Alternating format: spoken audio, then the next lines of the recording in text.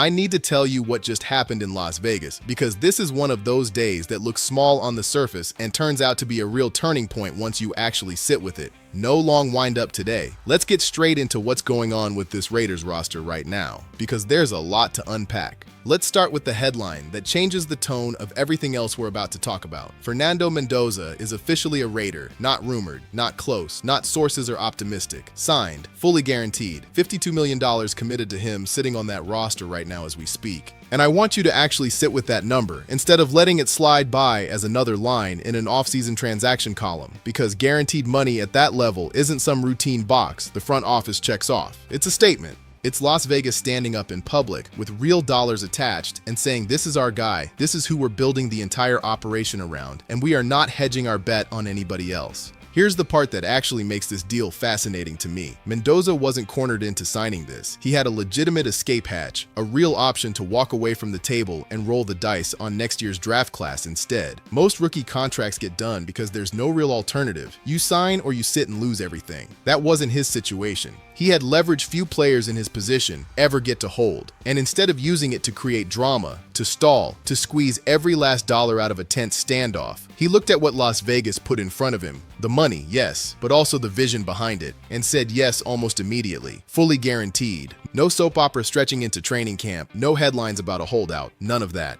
Was anybody genuinely shocked this eventually got done? Honestly, not really. Most people around the league assumed Mendoza would end up in silver and black sooner or later, but there's a massive difference between a deal that finally limps across the finish line after weeks of tension and one that gets wrapped up cleanly, fully guaranteed, with zero drama attached. Las Vegas got the clean version. And in a league where quarterback situations can implode before a guy even throws his first professional pass, that clean version matters far more than casual fans tend to give it credit for. So that's the first domino. Now let's get into the second one, because this is where things actually start getting fun. Rookie minicamp officially kicked off, and for the first time in months, that facility has real energy running through it again. Picture the scene for a second. It's day one. A wave of rookies is walking through those doors for the very first time. Some of them probably more nervous about finding the correct parking spot than they are about meeting their new head coach face to face. Nerves everywhere. A completely new environment, new expectations, a level of pressure most of them have genuinely never experienced before. And who's the very first established name walking through those doors on a day that's technically not even his? Max Crosby. Of course it's Max Crosby. If you followed this guy for any length of time, none of this is a plot twist. His entire reputation in this league has been built on being first, being early, being the internal standard everyone else in that building gets measured against whether they like it or not. He'd already told people privately he planned on being there for these rookies. So this wasn't some spontaneous surprise. But here's the piece I find genuinely interesting, and this is a bit of my own personal read on the situation. I don't think this was Crosby simply showing his face for optics. My instinct tells me he's using this window strategically, getting his physical done early, getting cleared early, positioning himself to ease back onto the field well ahead of when the rest of the roster is even required to show up. When a player at his level puts himself out there publicly before he has to, that's rarely just for show. That's a signal. And if my read here is right, don't be shocked if we start seeing him doing real on-field work well before the rest of the veteran class rolls into camp. But here's the twist that genuinely caught me off guard. Crosby wasn't the only established name wandering that building during what's technically supposed to be strictly rookie business. Jackson Powers-Johnson, your starting guard, also showed up, and my honest first reaction was confusion. I genuinely believed there was some kind of hard, league-wide rule keeping veterans away during this exact window. Turns out that's not really how it works. It's less a mandate from the league office and more a soft internal boundary each organization sets for itself. Essentially, you're free to stay away until this date, but nobody's stopping you if you'd rather come in early. And apparently, some players genuinely want to. Powers-Johnson didn't need to be in that building. Nobody forced his hand. He chose it, walking those same halls right alongside Crosby, while a group of rookies were still figuring out which locker belonged to them. And I can't be anything but impressed watching that unfold. When your core veteran pieces are voluntarily showing up before they're required to, that's not just a nice gesture for a highlight package. That's genuine buy-in. That's a culture forming in real time, before a single snap of actual football has been played. Nobody's putting this on a highlight reel. but inside a locker room actively trying to rebuild its identity, that kind of quiet leadership carries more weight than almost anything flashy you could ever put on tape. Now let's shift gears, because there's a long list of names here that most of the country has genuinely never heard of, and a handful of them are worth filing away right now before everybody else catches on. Start with Gary Smith Jr., an undrafted free agent out of UCLA, and there's already some quiet internal buzz suggesting this kid could carve out a real spot on this roster. He's got some raw pass rush traits worth developing. I'll be honest, his college tape didn't blow me away. Nothing screamed future star off the screen. But plenty of players look average on college film, and then something clicks the moment they're dropped into an NFL strength program, an NFL scheme, surrounded by NFL caliber coaching every day. So I'm not closing the book on him yet. Prove it on the grass, not a highlight reel somebody stitched together to get him noticed. Then there's the tackle room, and this team is stacked with developmental bodies fighting over scraps at that position. Isaiah Johnson, Kamar Missouri, a handful of other undrafted names competing for a very small number of real opportunities. This is the part of team building almost nobody talks about enough. Anonymous battles happening deep in camp, players fighting just to make a practice squad, let alone an active roster spot. And here's what makes this year different. With a completely new coaching staff running the operation, I genuinely believe the door is wider open than usual for undrafted talent to sneak through and stick.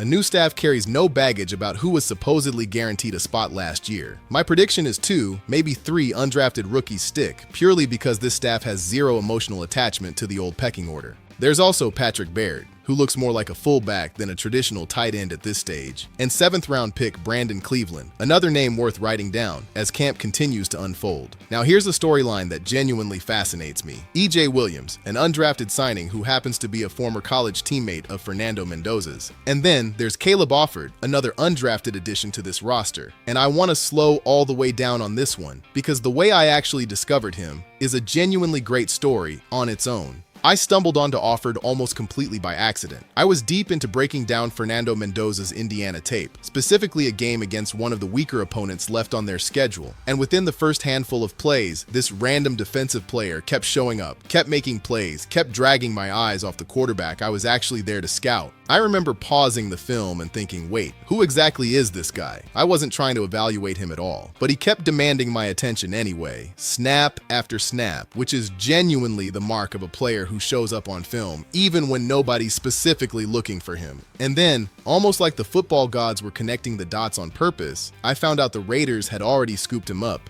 So here's a player who flew far enough under the radar that I found him purely by accident while scouting somebody else entirely. And yet, Las Vegas's own scouting department clearly saw exactly what I saw. That tells me their homework on this kid was sharp. I'm genuinely higher on Caleb Offord than most people currently paying attention, and something in my gut says he outlasts his undrafted status by a wide margin. Beyond him, keep an eye on safety Tanner Waller and running back Roman Hemby, another Indiana product with existing ties to Mendoza, a connection that makes a lot of strategic sense. Chemistry matters, and building instant familiarity around your brand new franchise quarterback is never a bad idea. Then you've got Zeke Mathers, the cornerback this front office spent a draft pick on, quality control coach Cody Grimm rounding out the staff side, and Carter Runyon, who at this stage of his career has technically already crossed into veteran territory. Second-round pick Trey Turner-Starks is another name worth watching closely. This is a player with legitimate developmental upside, and it'll be interesting to track how quickly he adjusts to the speed jump that comes with professional football.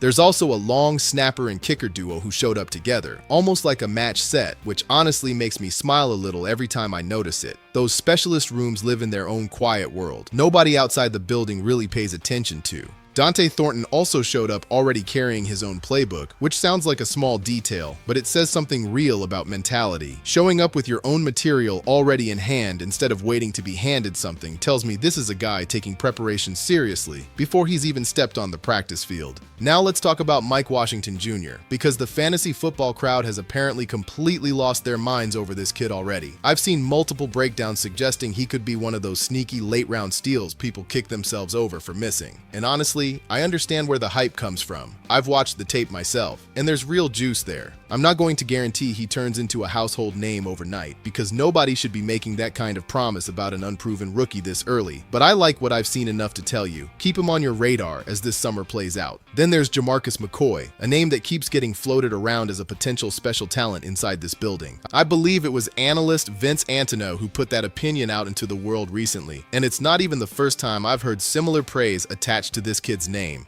There's also a Canadian offensive lineman in the mix, listed as a tackle on paper right now, but who I actually expect gets kicked inside to guard once he's fully evaluated at the professional level. Quick feet, real explosiveness through his lower half, a legitimate developmental ceiling worth tracking once padded practices begin. And then we get into the murkier situations, the stuff that never makes headlines but genuinely shapes how a roster comes together behind the scenes. Corey Rucker's health situation remains a real question mark. He landed on injured reserve, and depending on how his recovery plays out, this creates a ripple effect through the entire depth chart around him. From what I understand, once Rucker went down, the team brought in Derecki Young as something close to a direct replacement. So now you've got a genuinely fascinating roster construction question sitting in front of this front office. Does Rucker eventually get activated once he's fully healthy, forcing a corresponding move elsewhere? Or does he transition toward a physically unable to perform designation, while Young simply holds on to the role he was brought in to fill? This is exactly the kind of quiet subplot that never trends anywhere online, but absolutely determines how that wide receiver room actually looks once the regular season arrives. Pass rusher Siatua Stone is another name worth tracking here, alongside Kieran Crawford, a player the coaching staff clearly holds real internal expectations for, based on how he's reportedly being talked about behind closed doors. Veteran safety Tristan McCollum is in the mix as well, along with quarterback Jake Clark, who's there purely for depth and internal competition purposes. A handful of additional names round out this group too, including safety Dalton Johnson, wide receiver Malik Benson, and a rotating group of interior offensive linemen still being sorted through. Now look, I'll be completely honest with you. Day one of rookie minicamp was never going to hand us dramatic highlight reel football, and I'm not going to pretend otherwise. Most of what genuinely happens on a day like this is physicals, weigh-ins, medical evaluations, conditioning tests, the unglamorous administrative backbone of professional sports that never once shows up in a highlight package. That's probably exactly why we're seeing veteran names like Crosby, Powers Johnson, and McCollum wandering around that building right now as well.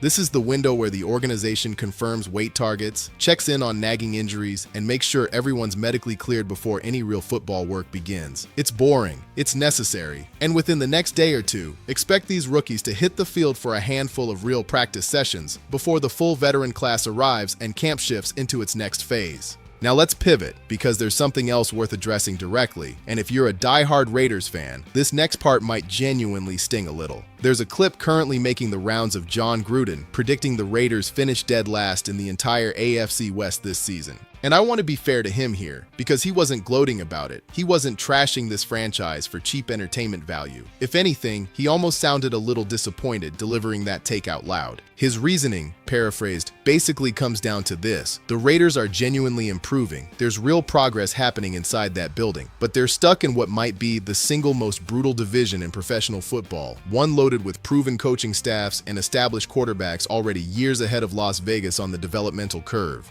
And honestly, I can't completely disagree with him, because when you lay the AFC West out on paper, it borders on unfair. You've got the Chiefs, who remain the measuring stick every other team in that division gets judged against until somebody actually dethrones them. Last season, Kansas City lost Patrick Mahomes to injury for a real stretch, and even without him, they stayed competitive. Now imagine him fully healthy across an entire season. Then there's the Broncos, a team that was realistically one healthy quarterback away from a legitimate Super Bowl run. And the Chargers, a franchise that always finds a way to reinvent itself right when you think you've finally figured them out. Yes, they lost their defensive coordinator to a rival, but they upgraded their offensive staff, bringing in someone I'd argue is one of the sharper offensive minds currently working anywhere in this league. So when you stack the Raiders up against that gauntlet, Gruden's prediction doesn't feel disrespectful. It feels like basic math. This division might legitimately rival the NFC West in overall difficulty, and that's genuinely saying something given how loaded that side of the bracket already looks. But here's where I push back a little, because predictions built entirely on paper tend to ignore the human, unpredictable side of this sport. If Fernando Mendoza comes out of the gate playing anywhere close to the level we watched from rookies like Joe Burrow or Justin Herbert during their own debut seasons, this entire entire conversation flips overnight. Suddenly, a roster projected for dead last doesn't look nearly as far off as everyone currently assumes. And that's genuinely the beauty of this league.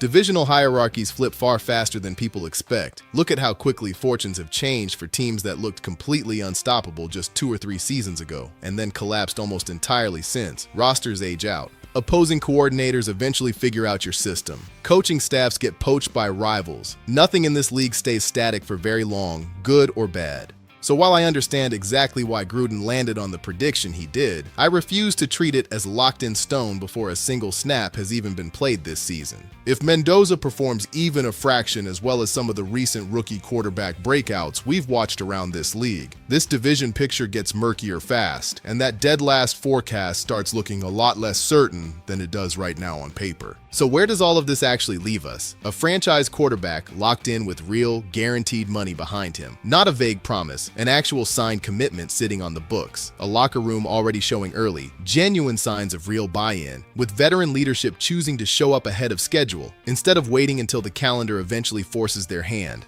A wave of undrafted talent fighting tooth and nail for scraps of real opportunity, under a coaching staff with zero emotional attachment to whoever happened to be on this roster last year, and an outside world that's already writing this entire team off before a single regular season snap has even been played. Personally, I think there's far more happening inside this building than most people are currently giving it credit for. And I genuinely believe this next stretch of camp is going to tell us a whole lot more about who this Raiders team actually is than anybody watching from the outside is expecting right now.